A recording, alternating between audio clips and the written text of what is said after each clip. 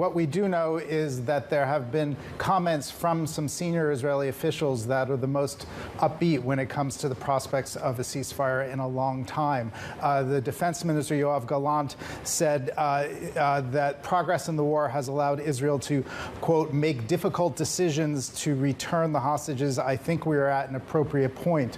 Also yesterday, there were comments from the foreign minister, Israel Katz.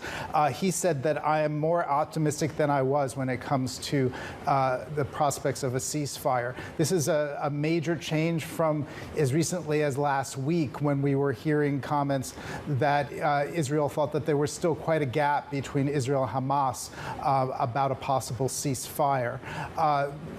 One thing to keep in mind is, while we are hearing some optimistic comments from Israeli officials, a senior official of Hamas tells Bloomberg that there are no talks scheduled, that there is no imminent ceasefire ahead.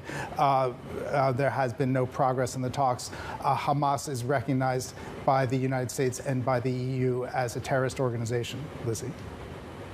Yeah, and that denial from Hamas pushing up the oil price again. Meanwhile, it looks like a Rafah invasion is still going to go ahead, even though Israel's saying there's been this progress on ceasefire talks. Why? Well, it's still uncertain about if and when there will be an invasion of Rafah. There was a report from the Associated Press that Prime Minister Netanyahu said that there is a date has been set for an invasion. The Prime Minister is facing a lot of pressure from members of his government, in particular some of the far-right members who very much want further escalation, further action in Rafah, and have threatened to bring down the government if there isn't one. For instance, the National Security Minister, Itamar Ben-Gvir, said that if there is no attack on Rafah, if there is no further action, that he said the Prime Minister would not have a mandate to continue serving. So if there isn't any further action, could jeopardize Prime Minister Netanyahu's government.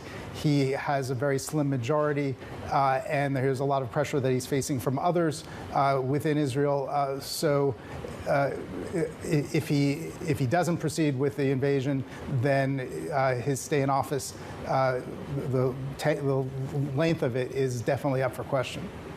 That said, he is facing a lot of pressure from the United States. The United States is pressuring Israel and Hamas. Israeli officials say that the Americans are putting more pressure on to get a ceasefire, to get more humanitarian assistance, to get the hostages released.